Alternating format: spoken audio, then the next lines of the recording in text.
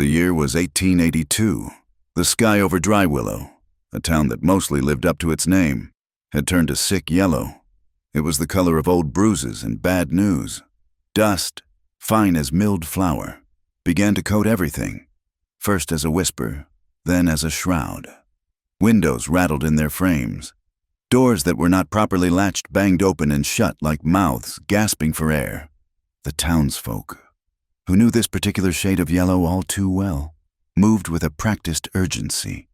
They pulled shutters closed, the wood groaning against the wind. They herded stray children and chickens indoors.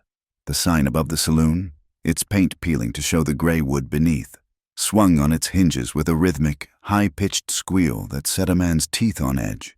It was the sound of a promise breaking. Jonah Hale felt the grit between his teeth before he even saw the town proper. He rode low in the saddle, his hat pulled down to shield his eyes, but the wind found its way in anyway. It was a mean wind, full of sand and spite.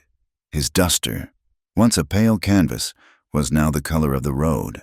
His horse, a sturdy bay named Anchor, shook its head, nostrils flaring against the suffocating air. Jonah's eyes burned, red-rimmed and raw, squinting at the dim shapes of the buildings that rose from the plains. Dry Willow was not much, a handful of wooden structures huddled together as if for warmth against the vast emptiness that surrounded them. He led Anchor down the main street, the only street. The world was a blur of brown and yellow. He could barely see 20 feet ahead. Most doors were shut tight. The saloon was a fortress of slammed wood. The mercantile, the blacksmith, the small church at the far end of town, all had turned their backs on the storm. Jonah was looking for any shelter, any place with 4 walls and a roof that might stay put. His own ranch was miles out, too far to reach before the full fury of the storm broke. He was a man who preferred his own company, the quiet rhythm of his cattle and his land. But even a solitary man needed a solid wall to put his back against when the world tried to blow him away. He saw the old post office. It had been abandoned for nearly a year, since the telegraph line had been rerouted and the mail started coming by coach to the mercantile. Its windows were boarded up from the inside, but the front door hung slightly ajar, caught on a swollen floorboard. It was a place of forgotten words and broken promises, a fitting shelter for a storm like this. Jonah gave Anchor's reins a gentle tug, guiding the horse toward the derelict building. The animal went willingly, eager to be out of the wind that whipped and tore at its hide. He pushed the heavy door open just enough to lead Anchor inside. The air within was thick with the smell of dry rot, old paper, and the faint, metallic scent of forgotten ink. Dust motes, ancient and undisturbed, danced in the single shaft of yellow light that pierced the gloom from a crack in the roof. He took off his hat and slapped it against his leg, raising a cloud that mingled with the dust in the air. He ran a hand through his hair, feeling the fine grit on his scalp. His shoulders ached with a familiar weariness. It was the ache of long days and longer nights, of a life lived alone against a hard land. Just as he was about to force the door shut against the storm, a figure appeared out of the swirling dust. It was a woman, moving fast, her head down and a large leather satchel clutched tight to her chest. She stumbled on the raised boardwalk and nearly fell, catching herself on the doorframe. She looked up, and for a moment Jonah saw her face clearly.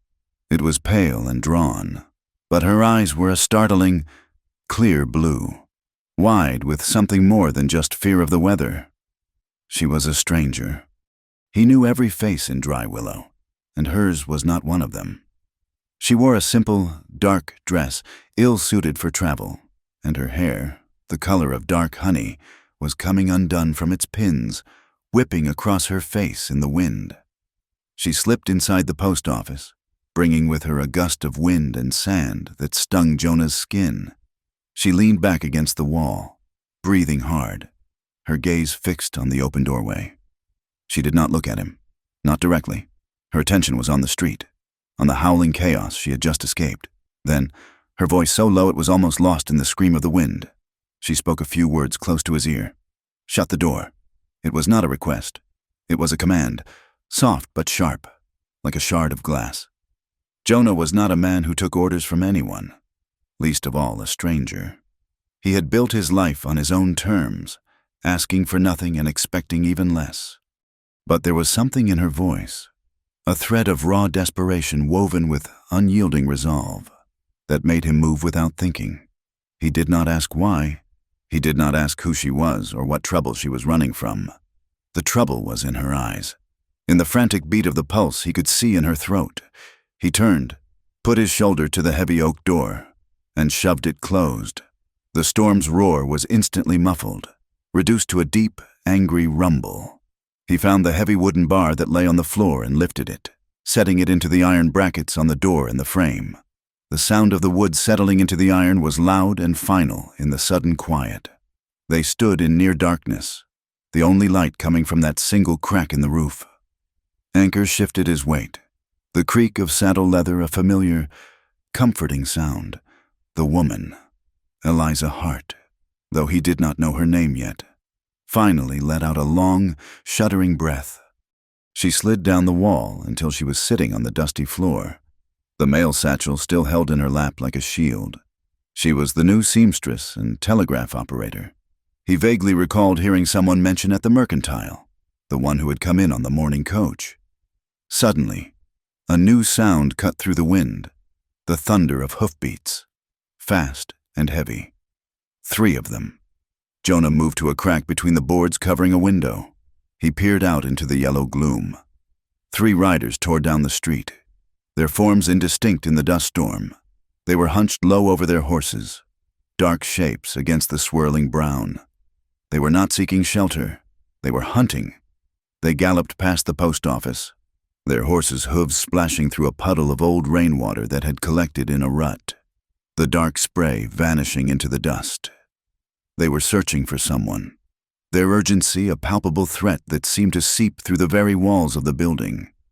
When the sound of the hoofbeats faded, another sound took its place, small and sharp in the enclosed space, a metallic clicking, lick, licka, lick, lick. Jonah turned. In the corner, half hidden beneath a canvas tarp, was an old telegraph key. Eliza was there, her back to him. She had pulled the tarp away and was running her fingers over the machine, her touch surprisingly sure.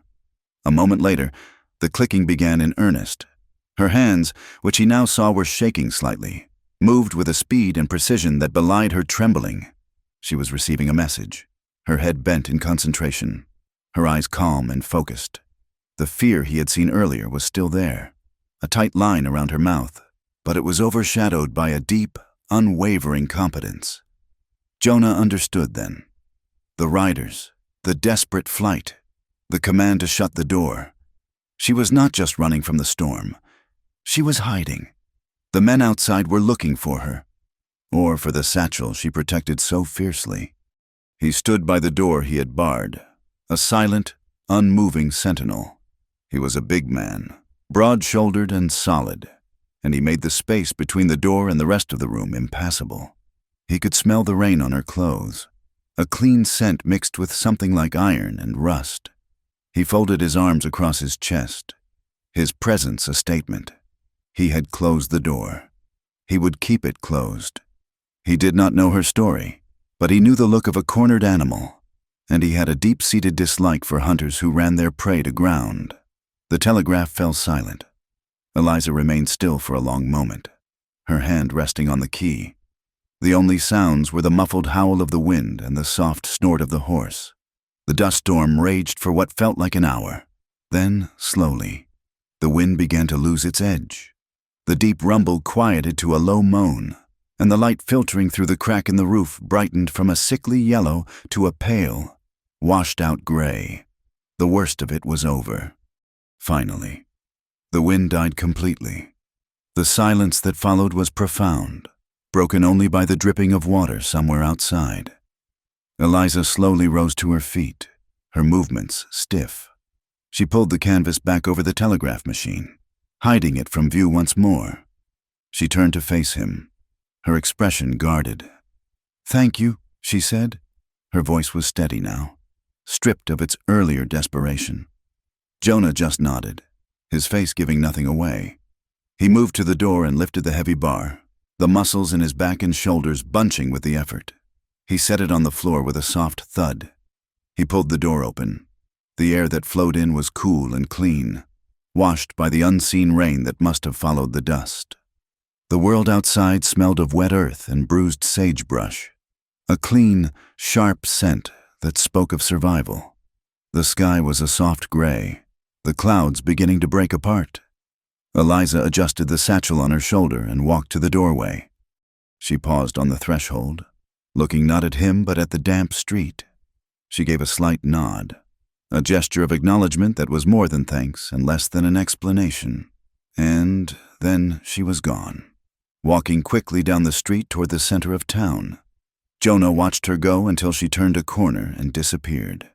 He led Anchor out into the clean air and swung himself into the saddle. As he rode through Dry Willow, he saw curtains twitch. Faces appeared in windows, then vanished. Doors opened a crack. The town was coming back to life, and it was watching him. By the time he reached the edge of town, the story would already be taking shape, passed from one window to the next, over fences and across counters.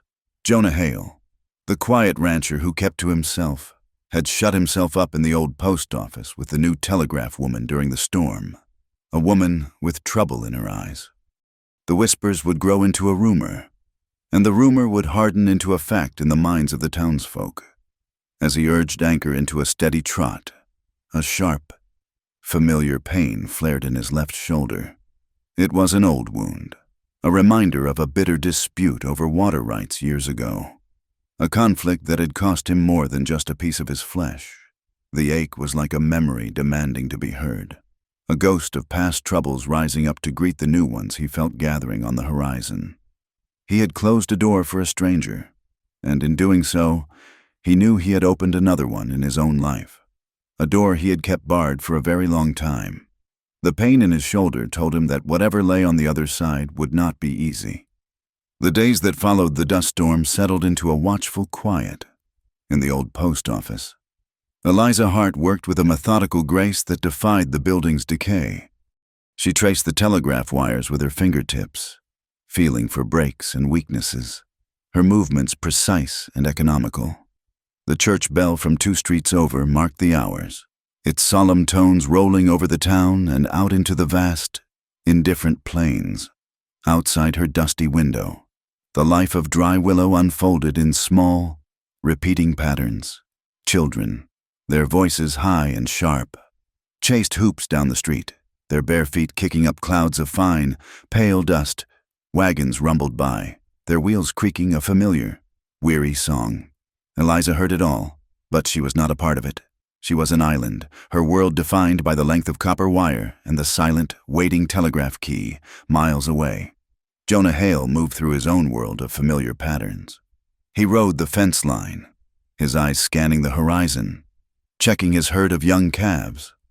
They were sturdy animals, but the land was hard, and the grass was growing thin and brittle. He spent the morning calculating, his mind a ledger of hay bales and water levels. The ledger always came up short. Willow Creek, the lifeblood of his ranch, was lower than he had ever seen it for this time of year. A notice posted outside the land office had confirmed his fears. The railroad company had filed a petition to divert a significant portion of the creek's flow for their steam pumps. They had friends in high places, and their petitions rarely went unanswered. The creek was his legacy, bought with his father's sweat and his own blood. The thought of it being siphoned away, turned to steam and smoke to power an iron engine, left a cold, hard knot in his gut. The knot tightened when he returned to his small ranch house and found the letter slid under his door. It was from the bank in the next county over. The envelope was crisp, the handwriting elegant and severe. Inside, the words were polite, but the message was a blade. Silas Pike, the bank's president, offered his regards and a stark reminder. The final payment on the loan his father had taken out was due. He had 2 weeks. The signature at the bottom was a series of sharp, angular strokes, a signature as cold and unyielding as iron. Jonah folded the letter and tucked it into his shirt pocket. It lay against his chest, a constant, heavy pressure. 2 weeks. Without the creek, his herd would be worthless. He would lose the land. The letter was not just a reminder of a debt. It was a death sentence for his way of life. In the late afternoon, the men of Dry Willow gathered in the saloon. The air was thick with the smell of stale beer, sweat, and cheap tobacco. They talked of cattle prices and the coming heat, their voices a low drone. Eventually, the talk turned to Jonah Hale, an old-timer named Gus. His face a roadmap of wrinkles, swirled the amber liquid in his glass. He always was a quiet one. He said to the man next to him, "Even before—" "Before what?" a younger man asked. "New to the area. Before Martha?" Gus said, his voice dropping. "He was set to marry her. You know, prettiest girl in the county. Her father owned the next ranch over. Would have made Jonah a powerful man, but the drought of '76 hit hard. Tensions over water were high then. Too real high." Gus took a long drink. One evening, Jonah and Martha's brother got into it down by the creek. Just words, they said, but a rifle was leaning against a post. It went off. A stray shot. Gus fell silent, staring into his glass. Martha left not long after. Never came back. The brother moved away. Jonah was left with his land, his wound, and a silence that grew bigger every year. A different kind of tension filled the old post office. The telegraph key, which had been silent for days, suddenly sprang to life. The sharp, staccato clicks filled the room. Eliza froze, her hand hovering over a piece of wire she was mending. She moved to the machine, her face a mask of concentration. The message was short, coded. A shipment would be arriving, the evening train, the next day. Her face, for a single, unguarded moment, was awash with fear. Her knuckles were white where she gripped the edge of the table.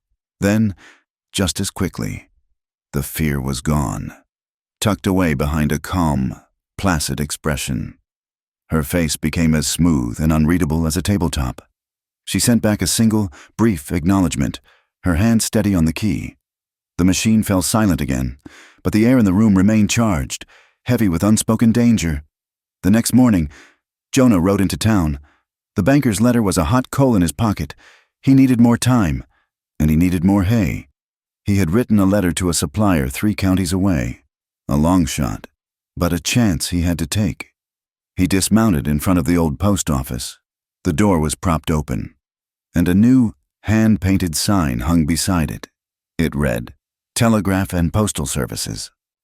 He stepped inside. The room was still dusty and dim, but it was organized. The floor had been swept, a small counter had been cleared, and behind it, Eliza Hart was pinning notices to a bulletin board. He stopped a few feet from the counter, holding his letter. He watched her hands. They were fine-boned but capable, moving with a deftness that was captivating. She pushed a pin into a piece of paper with a firm, final tap of her thumb.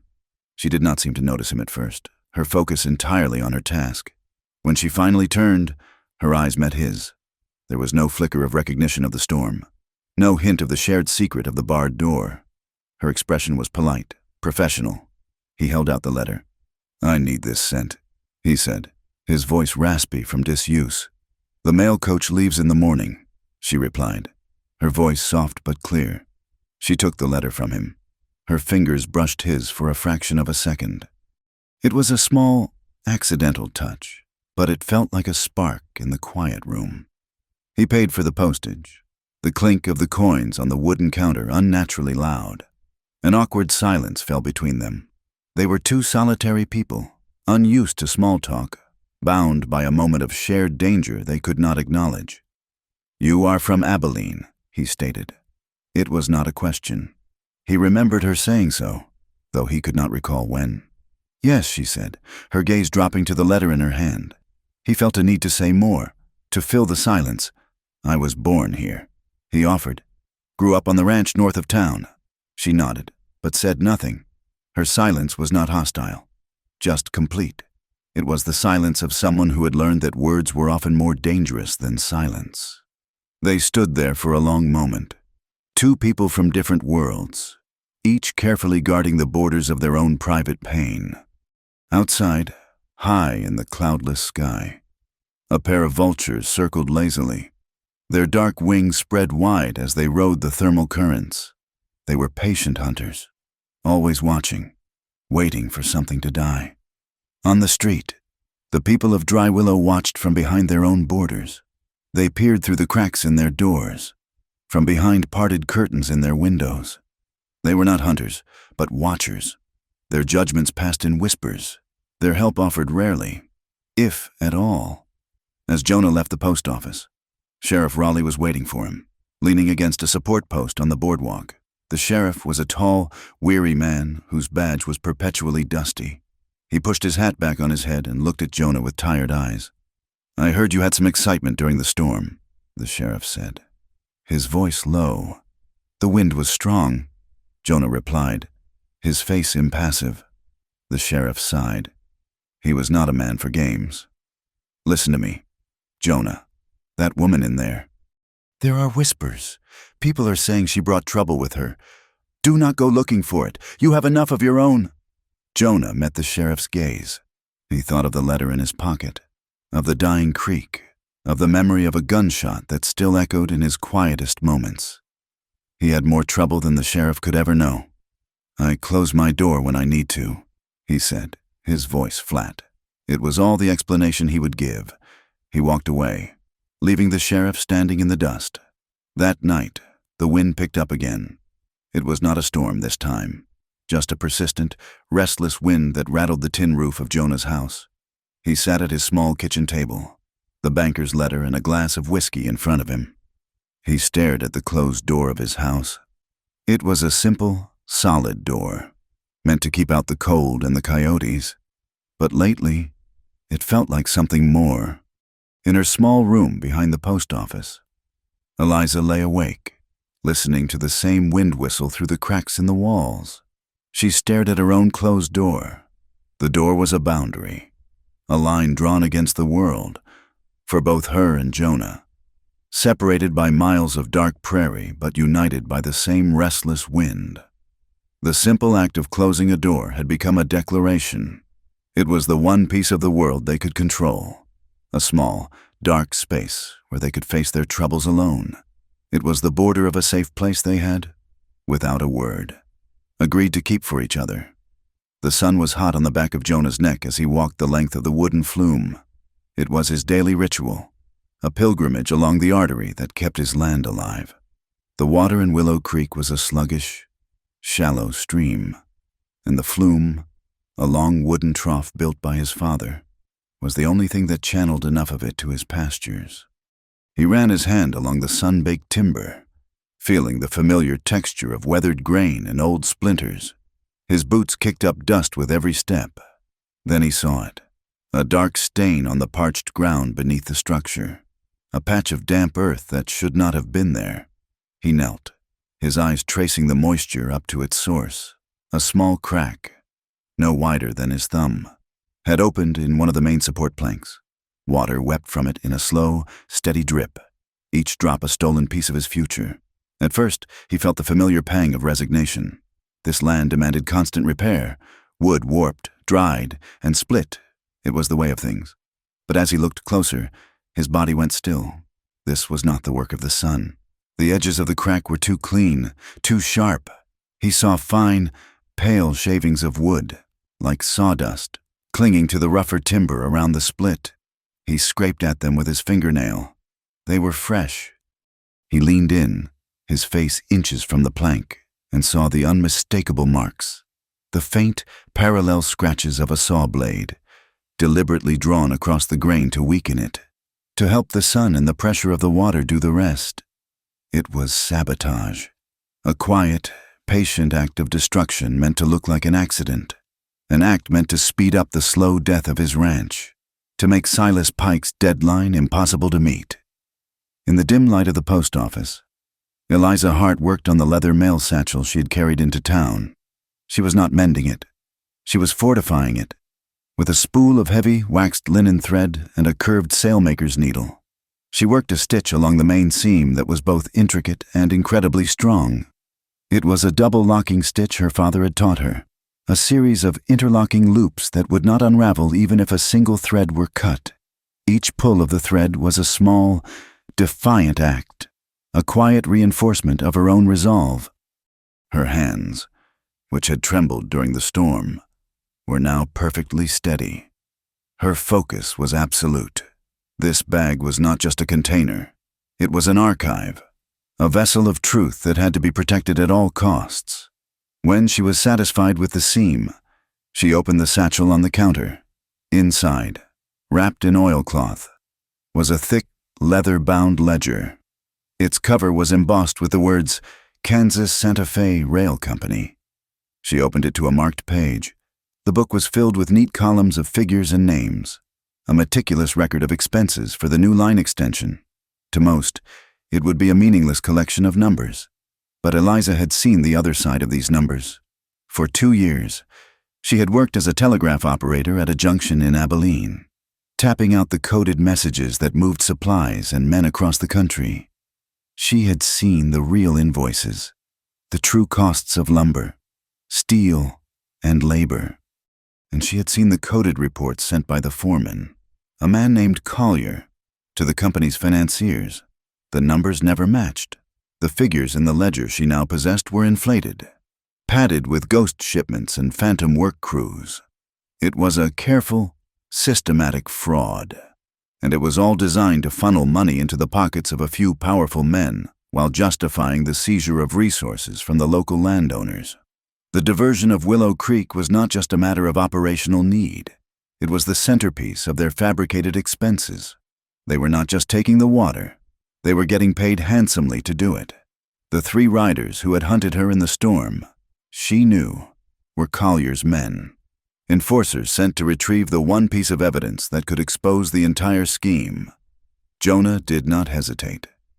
He left the saw mark untouched, a silent accusation in the wood, and rode anchor hard back to town.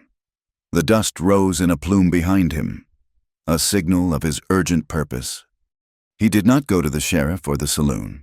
He went to the one place where he had found an unspoken alliance, a shared understanding of a closing door.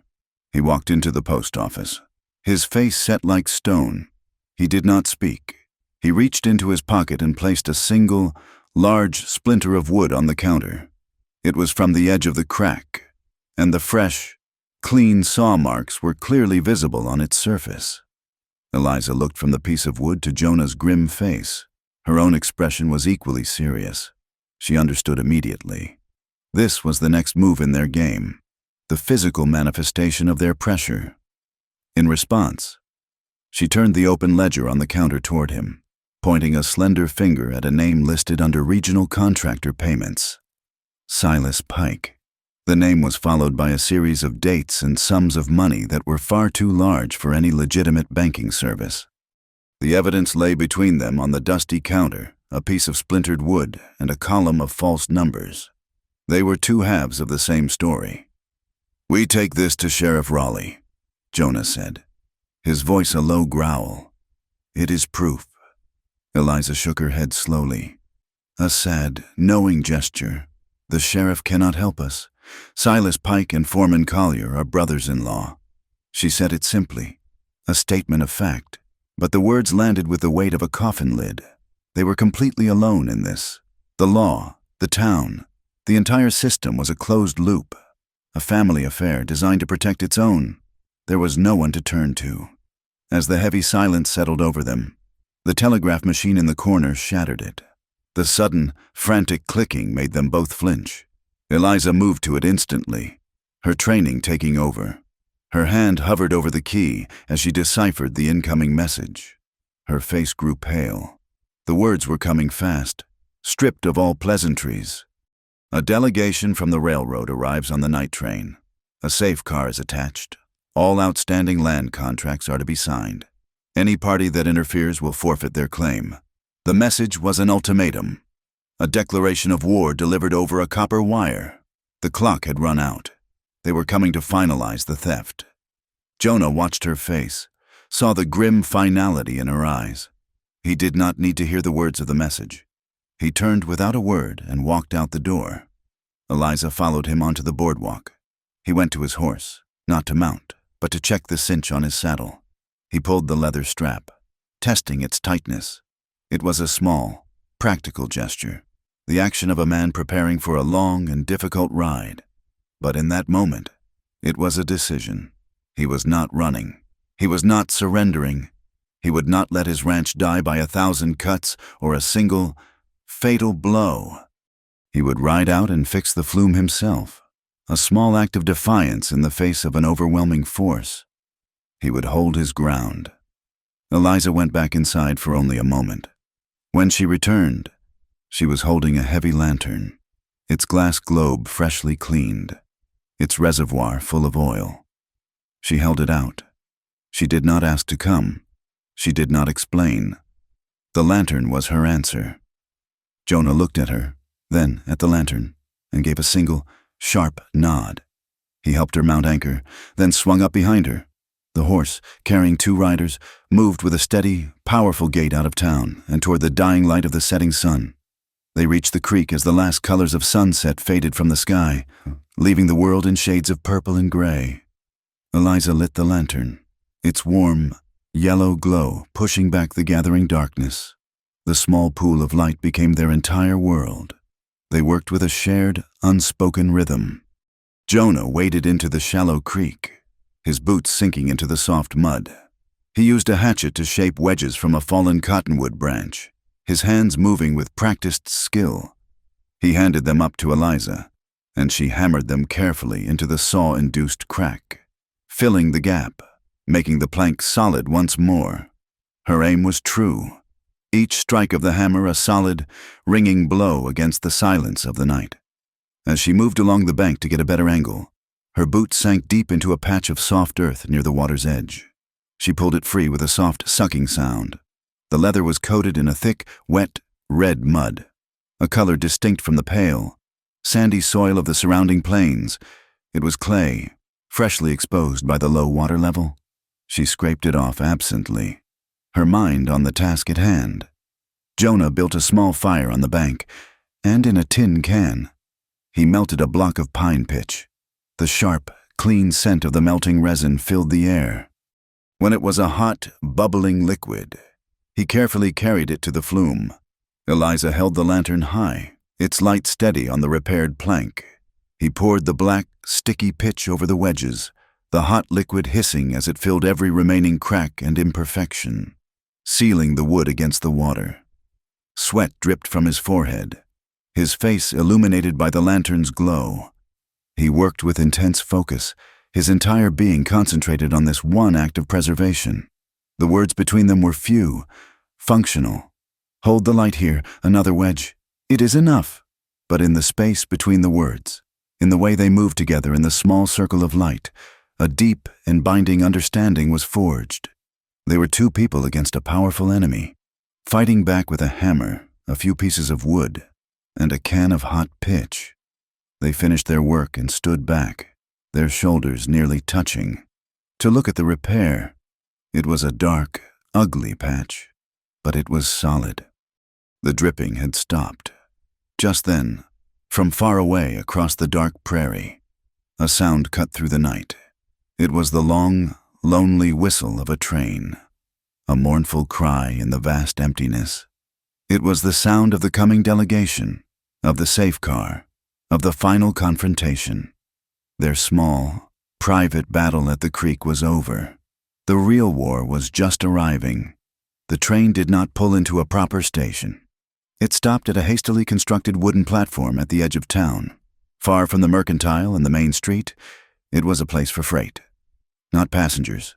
The engine hissed, steam billowing into the cold night air, a white phantom against the darkness. Lanterns were lit, casting long, dancing shadows. Foreman Collier swung down from the engine car, a big man who moved with the arrogant confidence of someone who owned the ground he walked on. He was followed by the 3 men who had ridden through the storm, their faces hard and unreadable in the flickering light. From the town, a small, sad procession of men emerged from the shadows. They were other ranchers. Jonah saw men with failing wells and thirsty cattle, their shoulders slumped with the weight of debt and drought. Collier greeted them not with a handshake, but with a curt nod, herding them like livestock toward the large, windowless granary that stood beside the tracks. The building was supposed to be for storing railroad grain, but tonight it was a courtroom where the verdict had already been decided. Jonah and Eliza watched from the deep shadows of the abandoned post office. They had returned to town just ahead of the train, the smell of its coal smoke a bitter taste in the air. The post office was the only building close enough to the tracks to offer a view, yet dark enough to provide cover. The moon was a sliver, offering little light. Everything was a play of shadow and stark, yellow lamplight. As the last of the ranchers was ushered into the granary, its heavy sliding door rumbling shut behind them, Eliza moved closer to Jonah in the darkness. Her voice was a bare whisper, a breath of sound against his ear. "Shut the door." It was the second time she had said it. The first had been a plea born of fear. This was different. This was a statement of shared purpose, a quiet command that sealed their alliance. He did not hesitate. He moved to the door, its hinges groaning in protest, and pushed it closed. The click of the latch was soft, but the thud of the heavy wooden bar sliding into its iron brackets was a sound of absolute finality. They were sealed inside, a tiny pocket of resistance in the oppressive darkness. Light from the granary's high, unboarded ventilation slits cut across the night and pierced the cracks in the post office wall. Jonah found a wide gap between two warped planks and put his eye to it. The view was narrow, but clear. He could see inside the granary. It was not filled with grain. It had been set up as a makeshift office. A long table stood in the center, and on it, a metal strongbox sat open. Silas Pike was there, his back to the door, his fine suit looking strangely out of place amidst the rough-hewn timber and the smell of old chaff. He was counting stacks of banknotes, his fingers moving with a practiced, greedy swiftness. One by one, the ranchers were brought to the table. Jonah recognized Old Man Hemlock, his face as cracked and weathered as the land he was about to lose. Pike would say something, his voice too low to hear, and push a document across the table. Hemlock would stare at it, his shoulders sagging, and then, with a shaking hand, he would sign. Pike would then push a small stack of bills toward him, an insulting pittance for a lifetime of work, and sweep the signed contract into a neat pile. The transaction was cold, efficient, and brutal. It was the clean, legal face of a robbery. While Jonah watched, Eliza moved silently to the corner where the telegraph key sat hidden under its canvas shroud. She pulled it back, her movements fluid in the gloom. She had a piece of paper and the stub of a pencil, and in the faint light filtering through the cracks, she began to write, her pencil scratching softly. It was a series of short, coded phrases. She was composing a message. Jonah tore his eyes from the heartbreaking scene in the granary and turned to her. "What are you doing?" he whispered, his voice rough. She didn't look up. "There was an operator in Santa Fe, a friend. He knows Collier's signature. He knows the company's internal codes." She paused, underlining a word. "I am asking for an official confirmation that the ledger entries are fraudulent." It was an incredible risk. The sound of the telegraph, no matter how soft, could travel in the dead of night. But it was their only chance. Proving the fraud required more than just the ledger. It needed a voice of authority from within the railroad itself. He looked back through the crack in the wall. The last rancher was signing his name, his movement slow, as if his hand were being forced by an invisible weight. Eliza began to tap the key. The sound was tiny, a metallic tick-tick-ticking that seemed impossibly loud in the tense silence. It was the sound of a spider spinning a web, of a clock counting down. Tick-tick-tick. Each click was a word, a number, a piece of the truth hurtling across miles of dark prairie. Outside, one of Collier's men, a tall, thin man with a rifle held loosely in his hand, suddenly stopped pacing. He tilted his head, his body language changing from bored indifference to sharp attention. He had heard it. He began to walk slowly, methodically, toward the row of dark, abandoned buildings, his boots crunching softly on the gravel, toward the post office. Jonah's heart hammered against his ribs. He moved away from the wall and crossed the room in 2 silent strides. He put a hand on Eliza's shoulder. She stopped instantly, her fingers frozen above the key. He pointed toward the door. The footsteps were closer now, slow and deliberate, the sound of a hunter stalking its prey. Jonah put his back against the heavy wooden door, planting his feet wide, bracing his entire body against the wood as if he could hold back the world with his own strength. He was a human lock, a final barrier. The footsteps stopped directly outside. Silence. A long, drawn-out moment where the only sound was the blood roaring in Jonah's ears. Then, a voice, rough and impatient. "Anyone in there?" Jonah held his breath. Eliza remained perfectly still, a statue in the darkness. A fist hammered on the door, the impact shuddering through Jonah's spine. Open up railroad business. Silence. The man outside cursed under his breath. He was not a patient man. There was a sudden, deafening explosion. The world erupted in a flash of light and a roar of sound. A bullet tore through the doorframe, inches from Jonah's head. Wood splintered, and a shower of plaster dust rained down from the wall, settling like a fine gray snow in Eliza's hair. She did not flinch. She did not make a sound. She bit her lip, her eyes wide and luminous in the dark, her hand still resting on the cool brass of the signal wire, a silent promise to finish what she had started. They heard the man mutter something to his companions, something about shadows and rats. Then the footsteps moved away, returning to the pool of light around the granary. They were safe, for now. Eliza let out a breath she seemed to have been holding since the train arrived. Jonah pushed himself away from the door, his muscles trembling from the strain. He looked at the splintered hole in the frame, at the dust on Eliza's hair. The danger was no longer an abstract threat. It was real, a hole in the wood that smelled of gunpowder. "We have a few hours," she said, her voice shaking only slightly, "until they've finished their business and the train leaves. They will not think to look here again tonight. It was their golden time." She lit the small lantern she had brought, turning the wick down low so it cast only a small, intimate circle of light. She took out paper and a small bottle of ink, working with a speed and intensity that amazed him. She began to copy the most damning pages of the ledger. Her handwriting was a clear, precise script, a stark contrast to the sprawling, arrogant signature of Foreman Collier. When she was done, she held up the copied pages.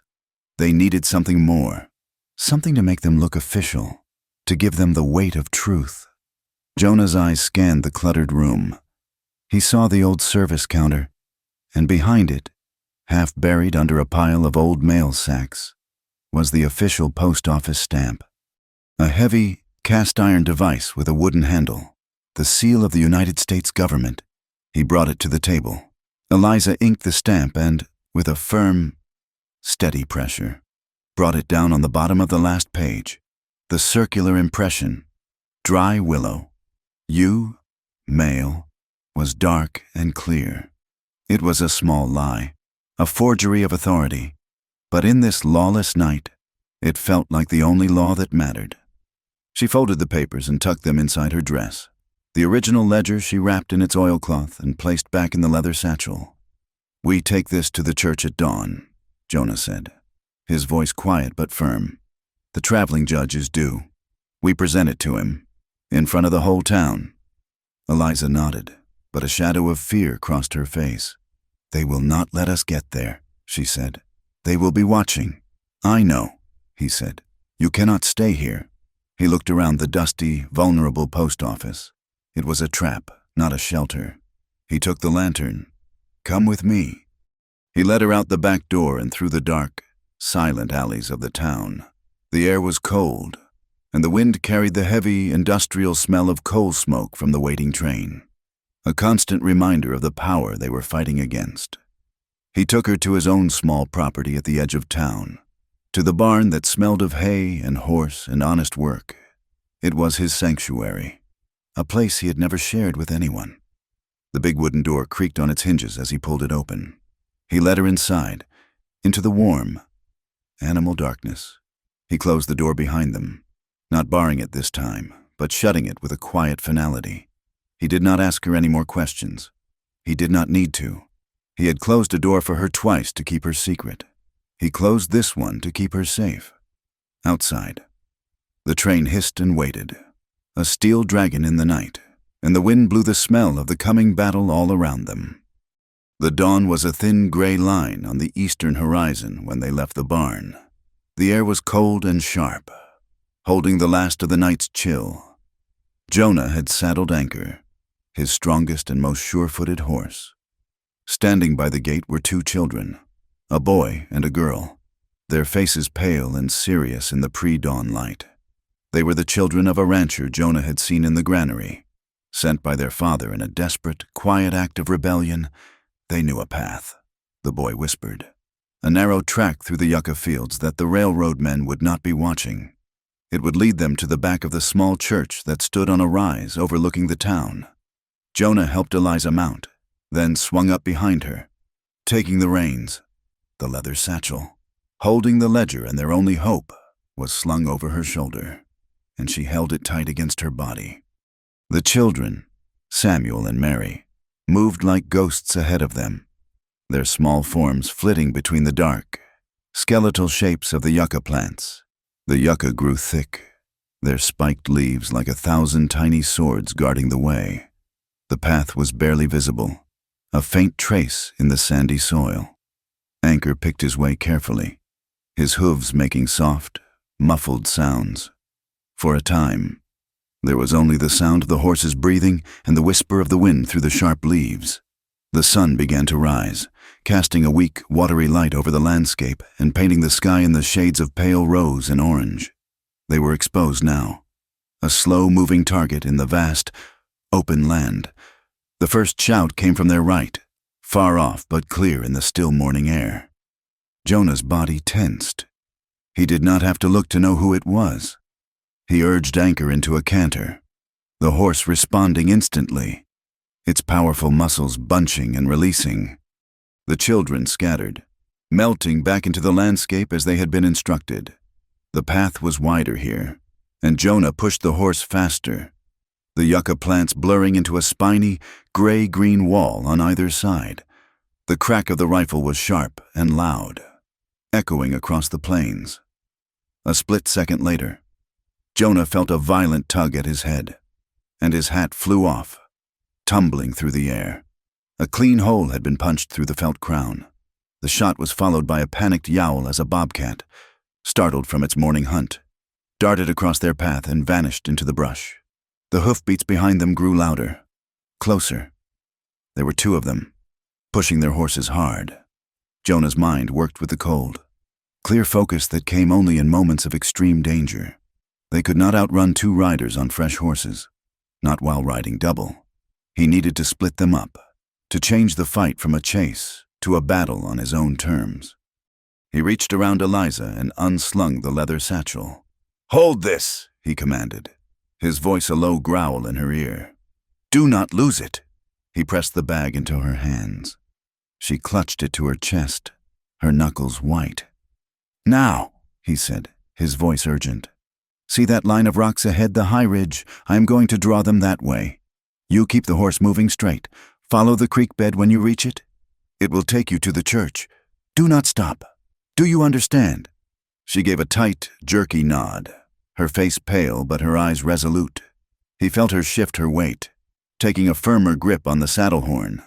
He pulled hard on the right rein, turning Anchor sharply off the path and urging him toward the jagged outcropping of rock and mesquite that rose from the flatlands.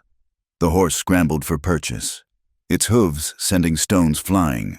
The two riders behind them, seeing him break from the main path, followed without hesitation, assuming he was the one with the prize.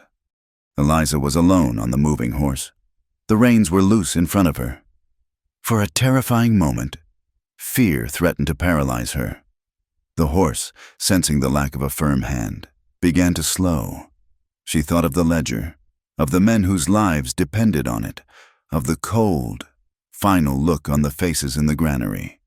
She leaned forward, gathering the reins in her hands. She was not a confident rider, but she had a steady hand and a will of iron. "Go!" she urged the horse, her voice a fierce whisper. "Go! Anchor!" A smart and steady beast seemed to understand. He surged forward again, his gait even and powerful, staying on the faint path that led toward the dry creek. The terrain grew rougher. She guided the horse through a thick patch of prickly pear cactus, their flat, spiny pads reaching out like grasping hands.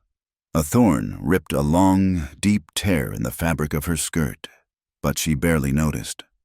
Her focus was absolute on the horse, on the path, on the precious satchel pressed against her heart. Her hair came loose, flying behind her like a banner. Her face was streaked with dust and sweat. But her eyes, the clear, calm eyes Jonah had first seen in the storm, were not torn. They were fixed on the small, distant shape of the church steeple, a tiny cross against the wide, empty sky. Jonah pushed Anchor hard up the rocky slope. The horse was breathing in great, ragged gasps, its sides heaving. The riders were closing the gap, shouting at him to stop. He reached a narrow ledge, a place he had known since he was a boy. Below him was a sheer drop of 20 feet into the dry, sun-baked basin of the creek. The path ahead was a bottleneck, a narrow passage between two large boulders. He reined Anchor in sharply, swinging himself out of the saddle while the horse was still moving. He hit the ground running, his boots finding purchase on the loose rock. He pulled his lariat from his saddle, the rope coiling and uncoiling in his hands. He had seconds. One rider was 50 yards behind him, the other slightly farther back. He worked with a speed born of desperation. He looped one end of the rope around the base of a jagged boulder, pulling it tight. He sprinted across the narrow path, paying out the rope, and wrapped the other end around a thick, gnarled greasewood bush that grew out of the rock face. He pulled the rope taut, stretching it across the path about a foot off the ground. A simple, brutal trap. He scrambled up the rocks just as the first rider came thundering around the bend.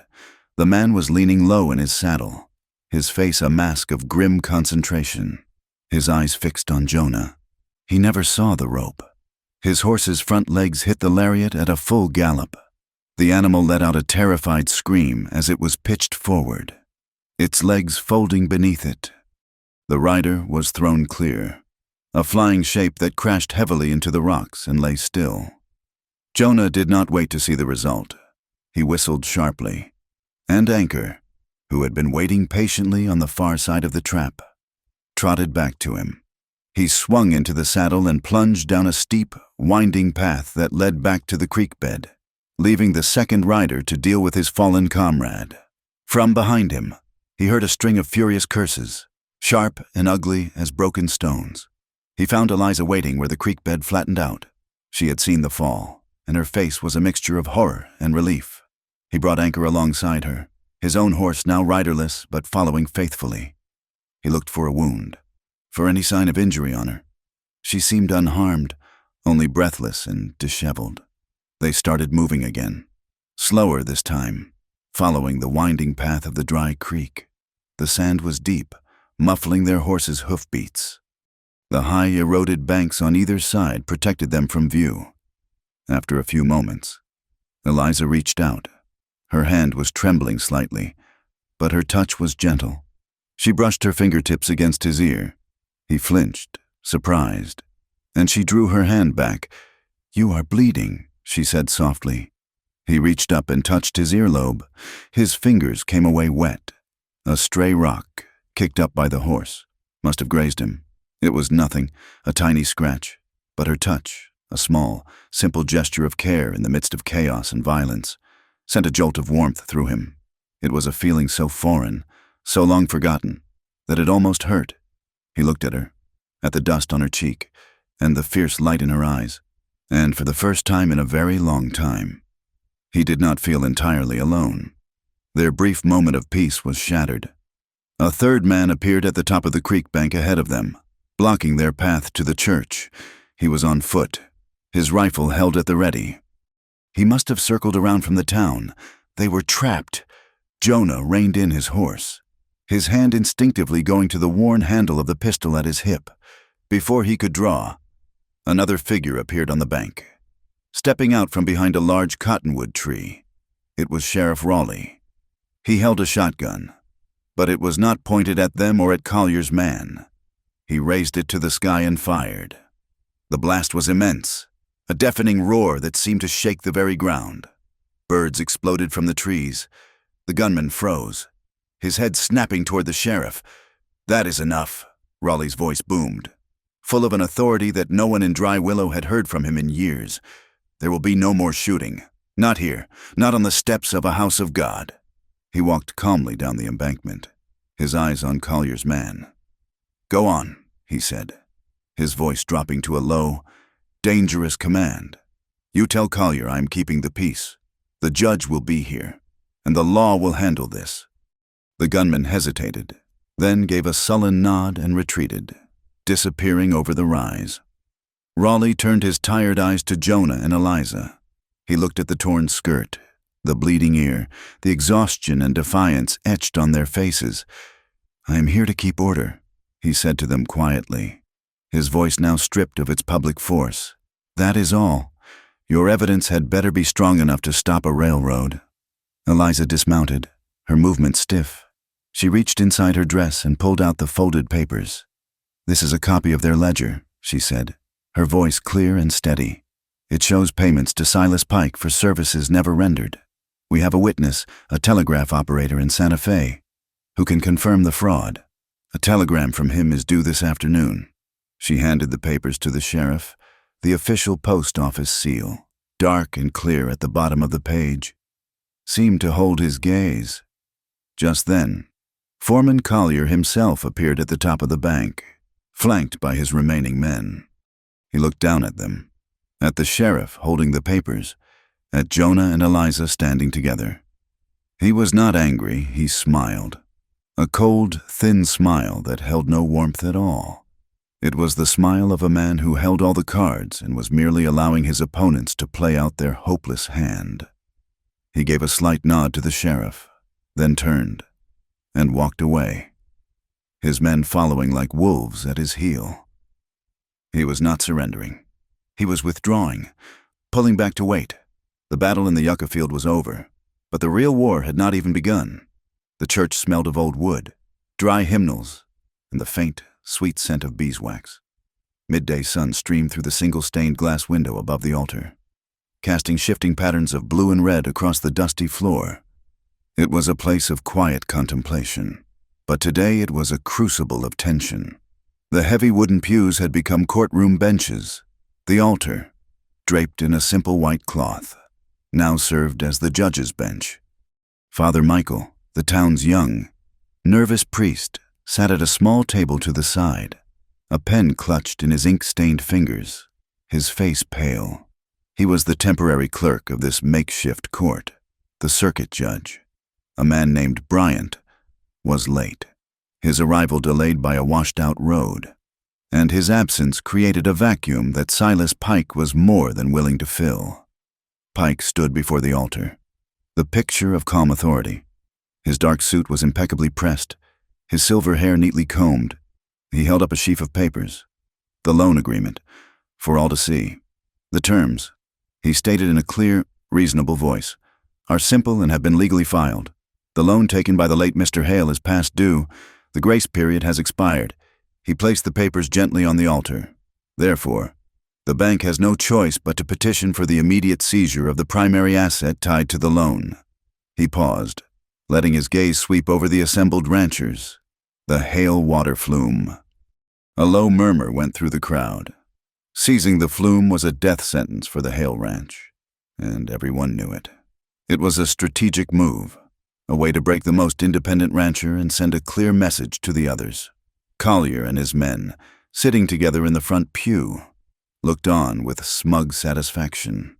Before the murmur could grow into something more, Eliza Hart stepped forward from where she'd been standing near the back wall.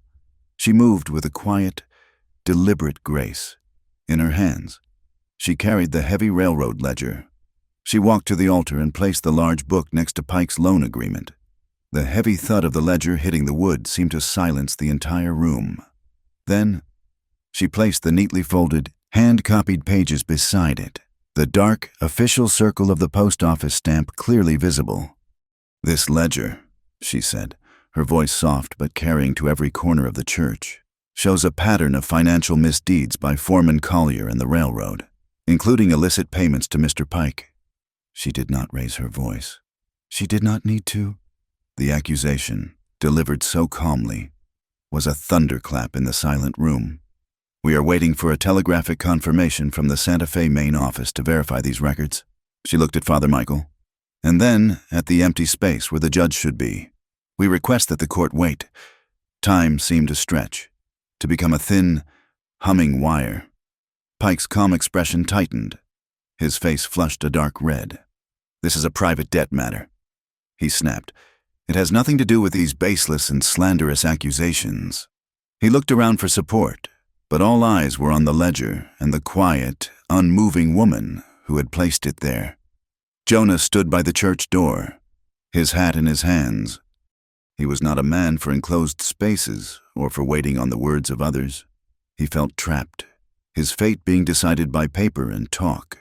He watched a single drop of sweat form on his brow, hang for a moment, and then fall from the brim of his hat. It landed on the toe of his worn, dusty boot. Another drop followed, and then another.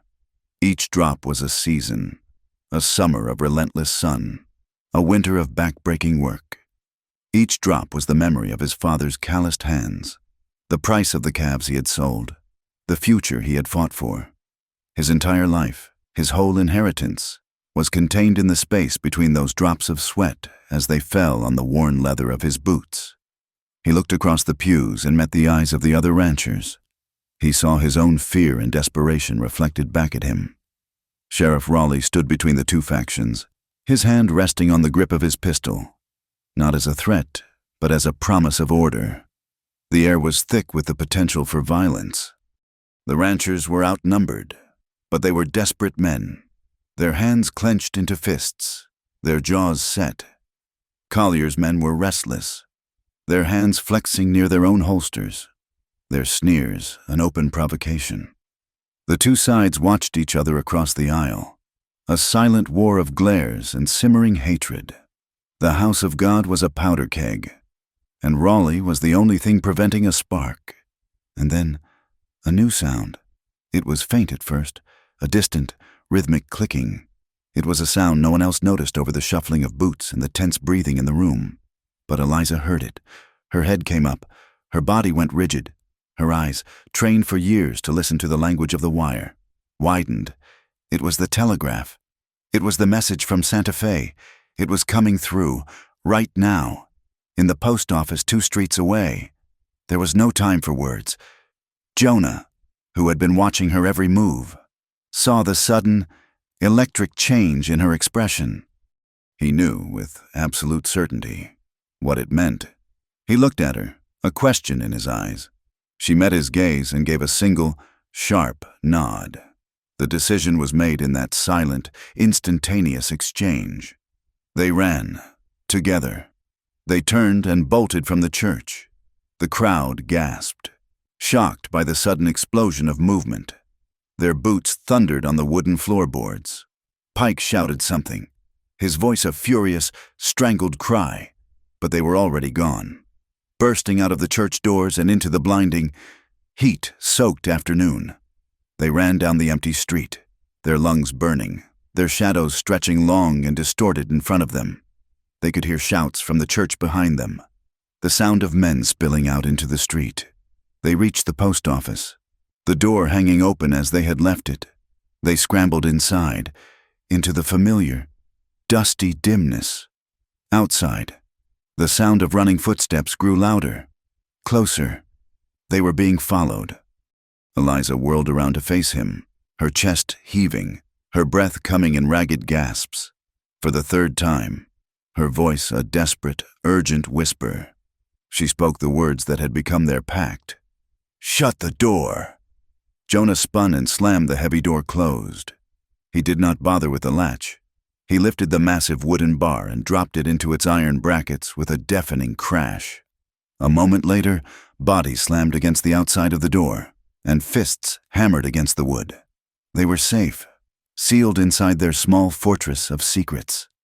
Eliza was already at the telegraph, the machine still chattering, spitting out the message that had traveled hundreds of miles to reach them. She grabbed a pencil and began to write, her hand flying across a scrap of paper, her mind decoding the staccato clicks into words. Jonah stood guard at the door, his body a second barricade. Listening to the muffled shouts and curses from the other side, Eliza stopped writing. The machine fell silent. She looked down at the paper, her eyes scanning the words. Then she looked up at Jonah, and in the dim light, he saw a slow, brilliant smile spread across her face, a smile of pure, unadulterated triumph. She read the message aloud, her voice trembling with emotion. Confirmation from Santa Fe office. Collier signatures on supply requisitions proven false. Stop. Payments to S. Pike account confirmed as unauthorized bribes. Stop. Full investigation pending. Stop. Federal marshals have been notified. Stop. It was everything. It was more than they had hoped for. It was the truth, certified and sent by lightning over a wire. It was the key that would unlock the whole conspiracy. Collier was exposed. Pike was ruined. Jonah moved to the door and took a deep breath. He lifted the heavy bar and set it on the floor. He pulled the door open. A blast of hot, dry wind swirled into the room, kicking up the dust from the floor. Outside, Collier's men, who had been pounding on the door, stumbled back, their faces a mixture of anger and confusion. Jonah and Eliza stepped out into the sunlight, holding the small piece of paper that held so much power. The wind whipped Eliza's hair across her face and tore at Jonah's shirt. It lifted the dust from the street, sending it spiraling up into the air in a wild, chaotic dance. It was the same dust that had heralded the storm, the same dust that coated every surface of their hard lives. But now, caught in the brilliant, unforgiving light of the afternoon sun, it looked like confetti. They walked back to the church not as fugitives, but as messengers. The crowd parted for them. A sea of anxious, questioning faces. Collier's men, who had followed them from the post office, fell back, their blustering confidence suddenly gone, replaced by a sullen uncertainty. They did not try to stop them. The small piece of paper in Eliza's hand was an invisible shield. They stepped back into the tense, silent church. All eyes were on them. Silas Pike, who had started to regain his composure, saw the look on their faces and his own went pale. He knew, in that instant, that the game had changed. Eliza did not walk to the altar. She stopped in the center of the main aisle, in the very heart of the community. She held up the telegraph flimsy, the paper trembling slightly in her hand, and in a voice that was clear and strong and carried to every corner of the room, she read the message from Santa Fe. She read of the false signatures. She read of the fraudulent supply orders. She read of the unauthorized payments, the bribes funneled into a private account. She read the final, damning words, federal marshals have been notified. When she finished, a profound silence filled the church. It was the silence of a truth so large it took a moment for everyone to comprehend it. Then, a low sound began, a collective intake of breath, a rustle of movement, a muttering of voices that grew and swelled until the room buzzed with the sound of a disturbed hornet's nest. The ranchers, who had been sitting in stoic despair, were on their feet, their faces a mixture of shock and dawning, furious hope. Sheriff Raleigh stepped forward and took the telegraph message from Eliza's hand. He read it himself, his lips moving silently. He then took the copied ledger pages he'd been holding and placed the telegram on top of them. He held them up for all to see. The evidence, it's a lie. Foreman Collier's voice boomed through the church, trying to regain control through sheer force of will. A fabrication. This woman is a known associate of criminals, a runaway with a stolen company ledger. His denial was loud, but it lacked conviction. The certainty was gone from his eyes. He was bluffing, and everyone in the room could see it. That's not so. The voice that spoke was not loud. It was old and raspy, worn down by years of hard labor and dust. A man stood up from one of the back pews. He was stooped and thin. his face a leathery mask of wrinkles. It was Abe, a man who had worked as a gandy dancer and blacksmith for the railroad for 20 years before they had let him go with nothing. "I worked the line from here to Junction City," Abe said, his voice gaining strength as he spoke. "I saw the supplies come in. I drove the spikes." He pointed a gnarled, trembling finger at Collier. "He told us what to write on the invoices. He told us to write down 10 kegs of spikes when we only got 5. He told us to write that a yard of track cost twice what it really did. We did it because we needed the work. But it was a lie. All of it. The old man's simple, honest testimony was more devastating than any legal document. It was the truth, spoken in a language everyone understood." Collier stared at him, his mouth working but no words coming out. The mask of power had been torn away, revealing the mean, desperate bully beneath. Silas Pike took a half-step back, a small, involuntary retreat. A sheen of sweat broke out on his upper lip and traced a shiny path down the side of his neck, disappearing into his stiff, white collar.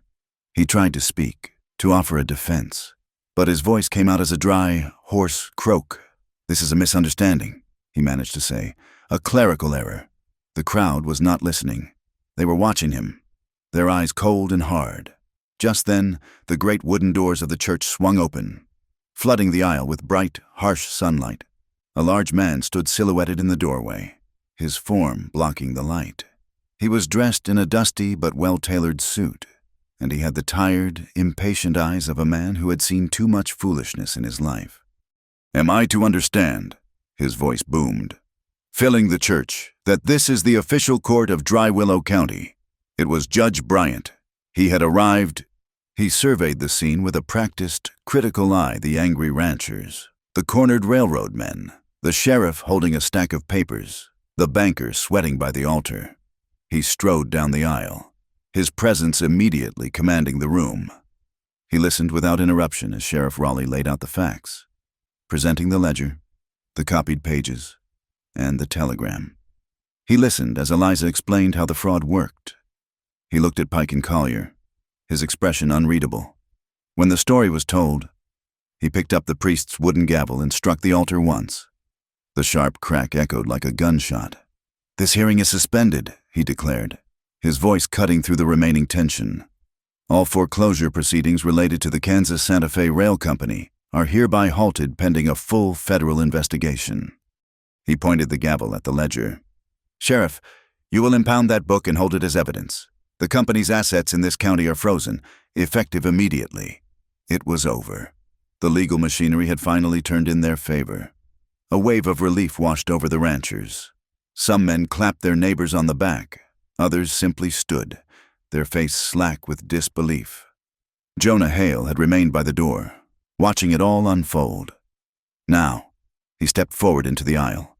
He was not a man of many words, and he did not raise his voice. But when he spoke, a hush fell over the room. "There is one thing the law does not say," he began, his voice low and steady. "It does not say that the water is the blood of this land. It is not just an asset on a piece of paper. You cannot own it any more than you can own the sky." He looked from man to man, his gaze lingering on the ranchers who had been ready to sign away their futures. "When you sell your water, you are selling the rope to hang yourself with.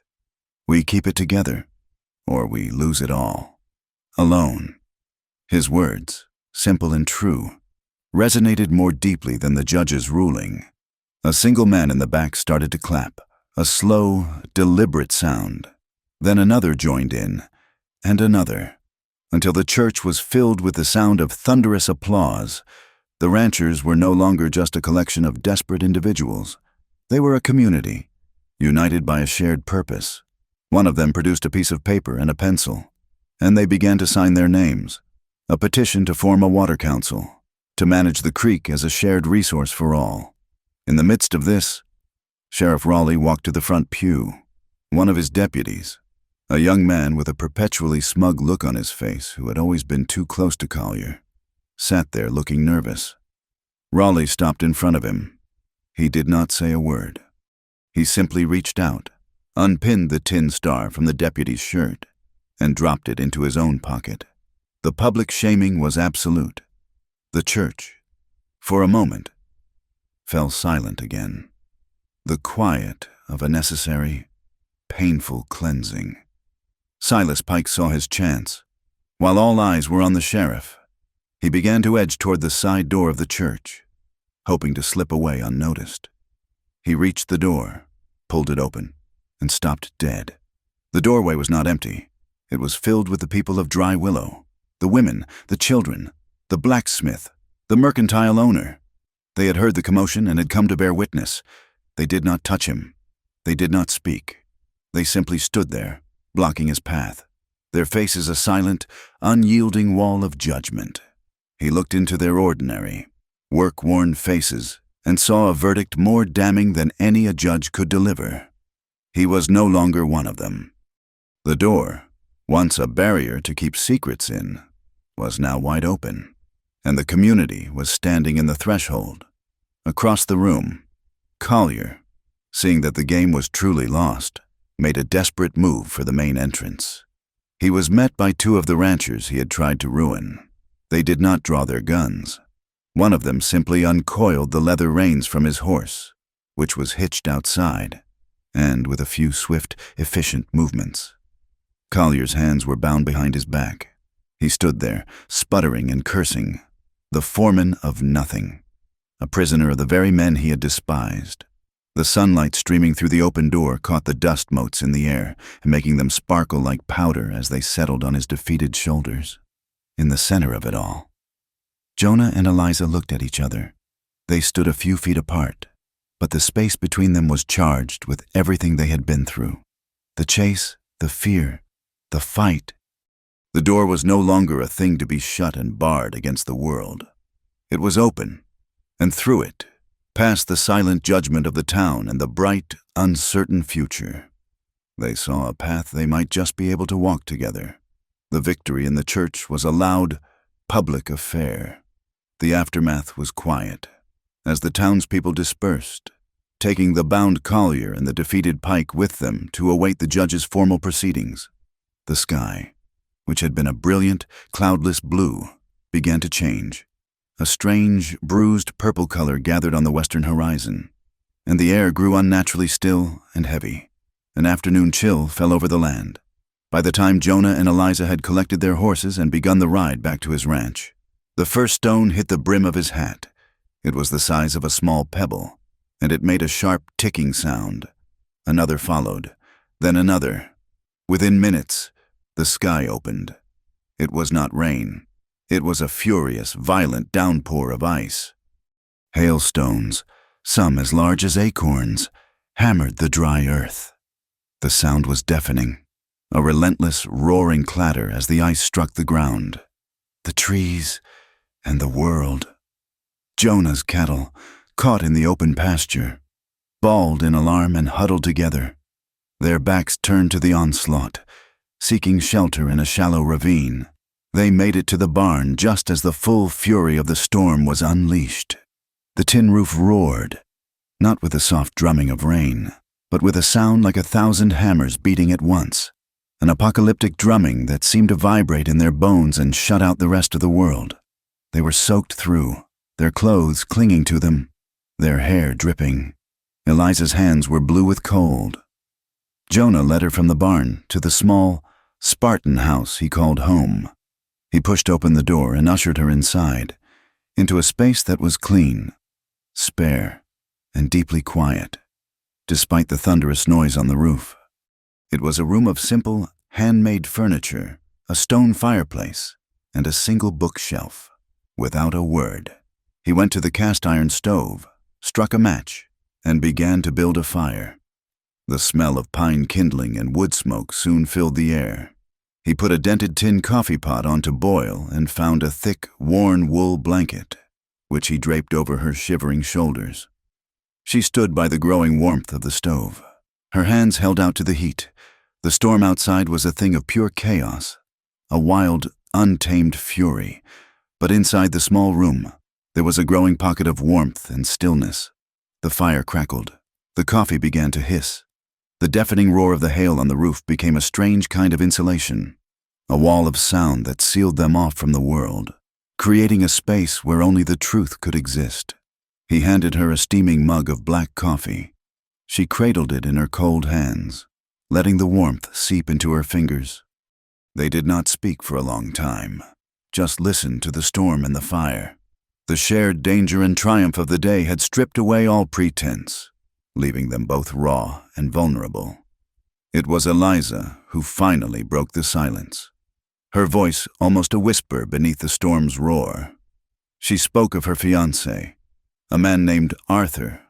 He was a good man, she said, a kind man, but he was not strong. He had been a junior accountant for the Kansas-Santa Fe line, and he had been the one to first discover Collier's fraud. He had wanted to report it, to do the right thing, but Collier had found out. He had cornered Arthur one evening. He had not threatened him with a gun. He had threatened him with something worse. Ruin. He had promised to destroy his name, to make sure he never worked again, to bury him in false accusations and debt. Arthur had broken. He had packed a single bag, taken all their savings, and met her at the train station. He had pressed the ledger into her hands and told her he was sorry. Then he had gotten on an eastbound train and left her standing on the platform, alone, with Collier's men already searching the town for him, and for the book. Jonah listened, his face unreadable in the firelight. He watched her as she spoke, saw the flicker of old pain in her eyes, but also the hard, bright strength that had been forged in that moment of abandonment. She had been left with a choice to run and hide, or to fight. She had chosen to fight. When she finished her story, a single tear traced a path through the dust on her cheek. She did not wipe it away. The hail on the roof seemed to pound with an even greater fury, a frantic, angry rhythm. Then, in the quiet space that followed, Jonah spoke. His own voice was low and rough, thick with a memory he had not given voice to in years. He told her about his younger brother, Samuel. It had been during the first water disputes, the ones that had left the scar on his shoulder. Tensions were high, just like now. A group of men had ridden onto their land, angry about the Hales taking what they considered their fair share of the creek. There was shouting, then shoving. Someone fired a shot. It was chaos. The horses in the stable, panicked by the noise, began to kick at their stalls. Samuel, who was only 16, had run to calm them. Jonah had been trying to reason with the men, trying to de-escalate the conflict. He had shouted at his brother to stay back. In the confusion, he had forgotten one crucial thing. The main stable door was unlatched. He had meant to close it, to bar it, but the argument had distracted him. The panicked horses, led by a wild-eyed stallion, burst from the stable in a thundering, unstoppable stampede. He had not been able to close the door in time. Samuel had been caught in their path. He fell silent. The confession hung in the air between them, a ghost of old guilt and sorrow. All these years, his obsession with closing doors, with keeping things shut and secure, was tied to that one terrible moment when he had failed to close a door, and it had cost him his brother. The fire in the stove cast a warm, orange glow on their faces. The storm outside began to lose its frantic edge, the hail softening, the roar diminishing to a steady, heavy drumming. They moved from the stove and sat on the floor, their backs against the main door of the house, which was closed but not latched. He draped the large wool blanket over both of them. They each held a corner, a small, respectable distance between them, a shared shelter against the storm both outside and within. The silence that fell was no longer awkward or empty. It was full and complete, a quiet, shared space. It was a silence as round and perfect as a button, a door. Eliza whispered, so softly he could barely hear her. "It does not just keep the bad things out." She turned her head to look at him, her eyes luminous in the firelight. "It holds the fear inside. It keeps it close, so you have the courage to speak it." Jonah looked away from her intense gaze and down at the leather satchel that lay on the floor beside her. His eyes fell on the seam she had mended, on the tight, intricate, double locking stitch she had so carefully sewn.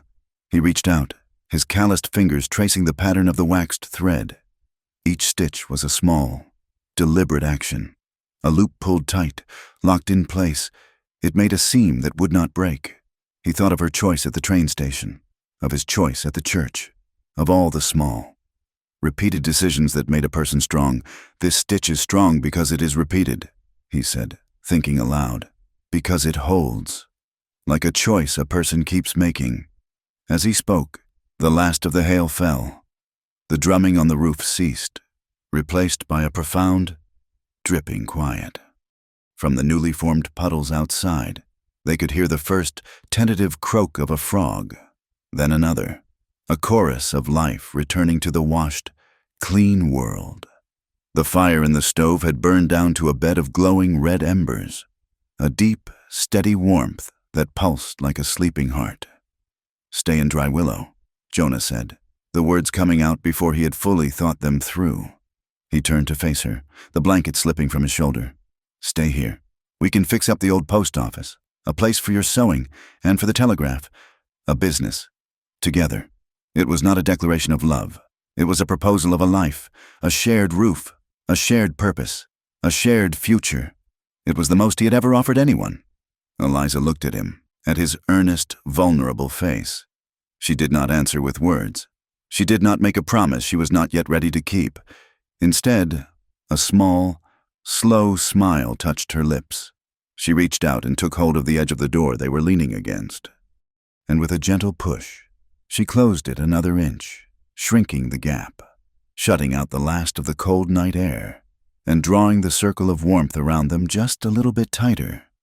The weeks following the judge's ruling were not marked by celebration, but by work. The victory had not been an ending, but a beginning, and the people of Dry Willow, long accustomed to hardship, knew that a new foundation would not build itself. The first order of business was the water. They met not in the church, but in the open air down by Willow Creek, the very source of their conflict and now their hope. Ranchers who had been rivals for generations stood side by side, their faces grim and determined in the clear. Autumn light, they argued, their voices rough with the passion of men whose survival was at stake. They debated schedules, allotments, and measures for the dry seasons. Jonah Hale, who had spent a lifetime keeping his own counsel, stood and spoke. He pointed to a flat, accessible stretch of his own property that bordered the creek. "This land," he said, his voice quiet but carrying in the open air, "will be for the town. A place for a shared pumping station. A place where the water can be measured and divided according to the rules we set here today." He was not just offering a piece of his land.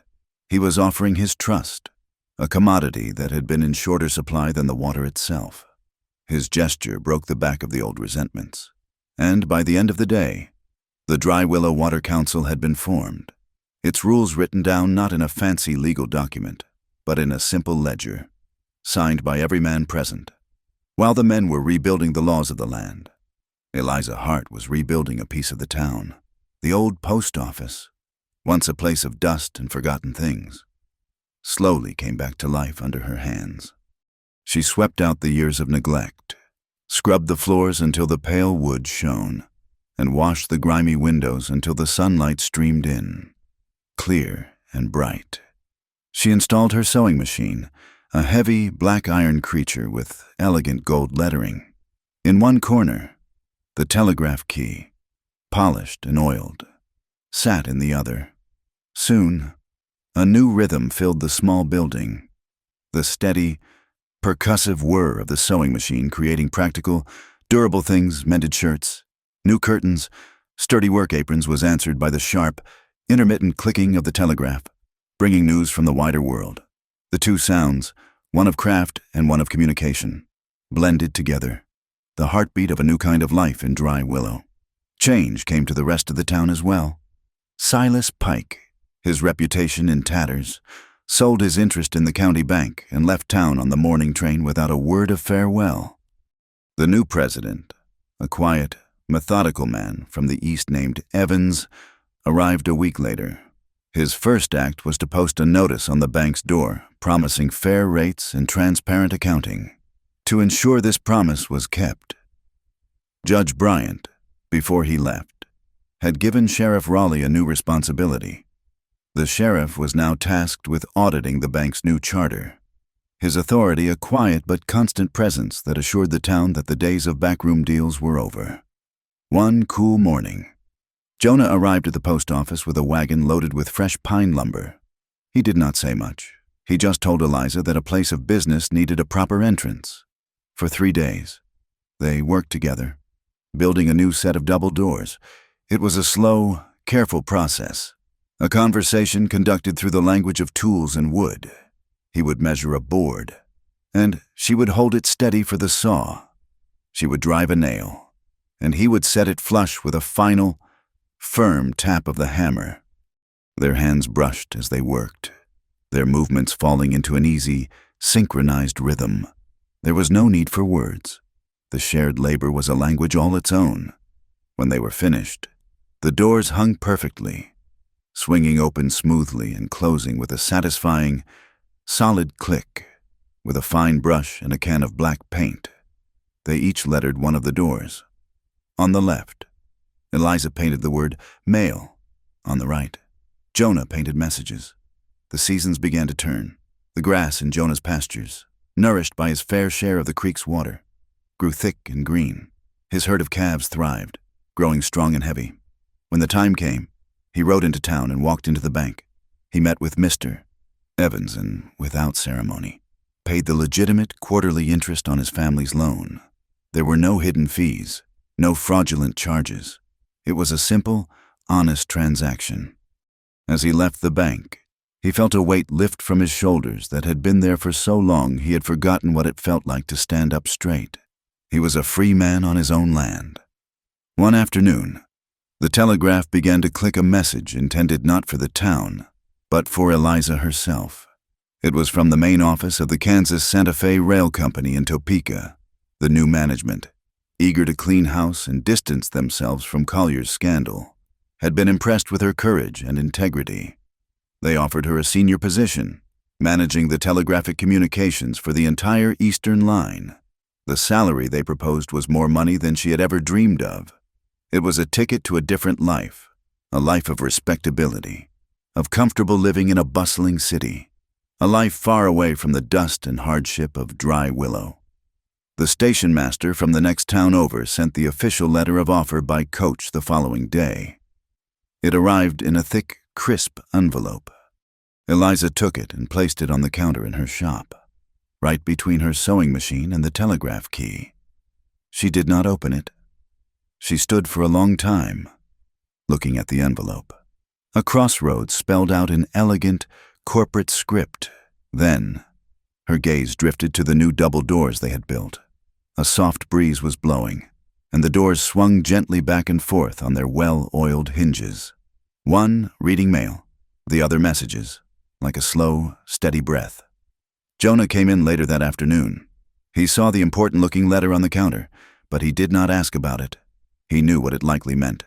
The outside world was calling to her, offering her a future he could not compete with. An old fear, the fear of being left alone, pricked at him.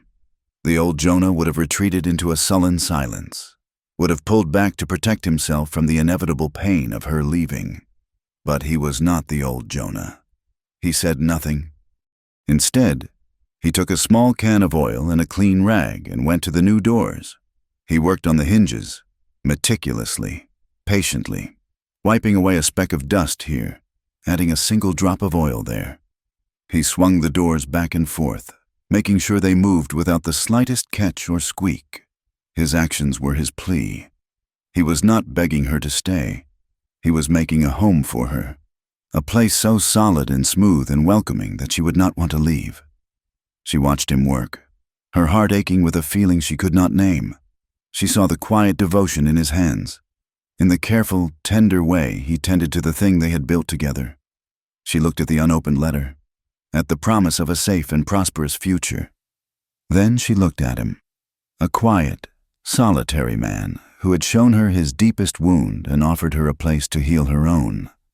As the afternoon sun slanted low, casting long golden rays across the floor, she took a small wooden board and a can of white paint. Jonah came and stood beside her. Together, Without a word, they began to paint a new sign. Their brushstrokes overlapped, his broad and steady, hers fine and precise. When they were finished, they propped it up on the counter to dry. It did not list the days of the week or the hours of the day. It simply said, in clear, simple letters, "Hours when Dry Willow needs us." She had not opened the letter. She had not given him an answer. But in the shared act of painting that sign, the choice was made. It was as clear and undeniable as the last. Warm light of the setting sun falling across the threshold of their open doors. Sunday morning arrived with a soft, clean light. For the first time in a long time, the sound of the church bell ringing was not a somber toll marking another hard week, but a bright, clear call that seemed to wash over the town and scrub it clean. From the newly opened doors of their small houses, children emerged, their faces scrubbed, their hair neatly combed. A small group of them, led by young Samuel and Mary, ran laughing toward the post office, carrying a long string of colorful pennants made from scraps of fabric Eliza had given them. They began, with a solemn, childish importance, to string the flags from the post on the boardwalk to the new door frame. Eliza stood in the doorway, watching them, a small smile on her face. The thick, official envelope from Topeka lay on the counter where it had sat for 2 days, a silent, unopened question. She picked it up now. Her movements were calm and deliberate. She slid her finger under the wax seal and broke it open. She pulled out the letter, its pages crisp and heavy with the weight of a different future. She read it slowly, her expression unreadable. She read of the generous salary, the respected position, the promise of a life of comfort and importance in a city full of grand buildings and paved streets.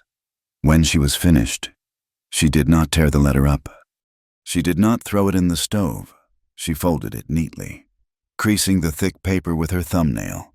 Then, she walked to the door where Jonah was helping the children secure the last of the flags. The morning breeze was catching the door, causing it to swing shut. Eliza bent down and wedged the folded letter under the door, using its thickness to prop it open. The formal offer from Topeka, the key to a different world, was now a humble doorstop, its only purpose to hold their door open to the bright Sunday morning. Jonah came back inside, a newly painted sign held carefully in his hands. It was a simple piece of sanded pine, the letters painted in the same clean, black paint as the doors. He had worked on it in the barn, taking his time, making each letter perfect. It did not say post office. It said Hart Hale Post Telegraph. He hung it from 2 hooks above the doorway. The 2 names, side by side, looked right. They looked like they had always been there. The smell of fresh coffee was beginning to fill the room, mingling with the clean scent of new cotton fabric from a bolt on Eliza's counter. The breeze from the open door, however, was kicking up a fine layer of dust from the street. Eliza looked at Jonah, a soft, familiar look in her eyes. "Shut the door," she said, her voice a low, warm murmur. This time, the words held a different meaning entirely. They were not a plea against danger or a whisper of conspiracy. They were an invitation.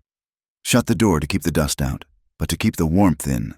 Shut the door to seal off the outside world, not because it was a threat, but because their own small world, right here, was finally enough. Jonah smiled, a slow, easy smile that reached his eyes. He closed the door, and this time, he slid the simple wooden latch into place. In the quiet that followed, a distant sound drifted through the walls, the long, mournful whistle of the noon train, heading west. A few months ago, that sound would have been a harbinger of dread, the sound of the power that had threatened to crush them. Now, it was just a sound, the sound of the world moving on, of a life they were not a part of, and did not need to be. It was the sound of a road they had chosen not to take. Their life was here, in the small, practical details of the days that followed. They sat at the counter together, the water council ledger open between them. Jonah would point with a calloused finger to a name, and Eliza would make a neat entry, her pen scratching softly. They planned the schedule for the first town market, a place for the ranchers to sell their goods directly, without a middleman to take a cut. Their work was a series of small, interlocking tasks, 1,000 tiny stitches that bound one day to the next, creating a fabric that was strong and durable. One evening, as they were closing up, Jonah reached into his pocket. He pulled out something small and heavy and placed it in her hand. It was a keychain.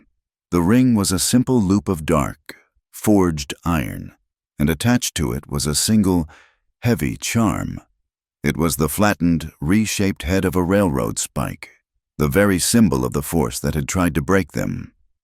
He had taken it to the blacksmith and had him heat it, hammer it, and transform it from a tool of conquest into a simple, beautiful object to hold a key. He had taken a piece of their hard past and made it a part of their shared future. Eliza looked at it, then reached into her sewing basket.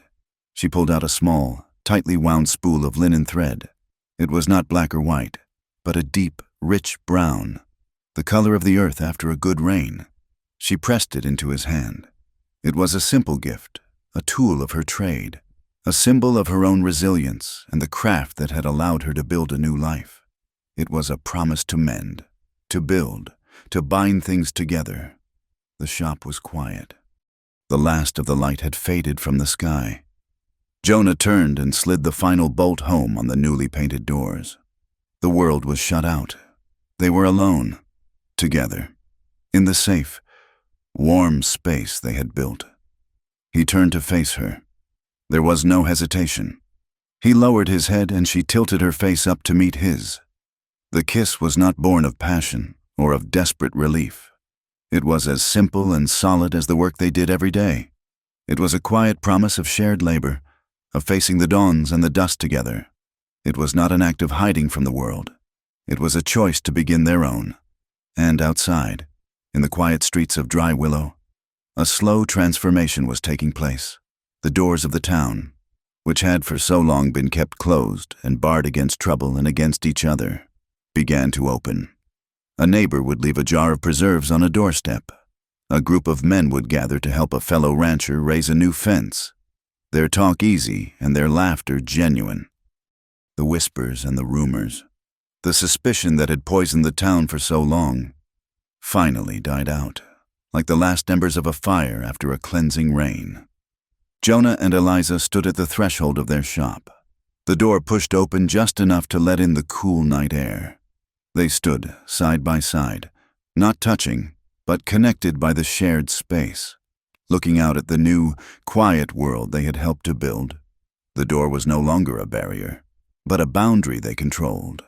It was a symbol of their life together, closed enough to be safe, but open enough to let hope walk in. Thank you so much for listening to our story. We would love to know where you are listening from, so please drop a comment below and share your thoughts with us. Don't forget to subscribe to our channel, Wild West Stories 1850, like this video, and hit the hype button to help this story be heard by more people.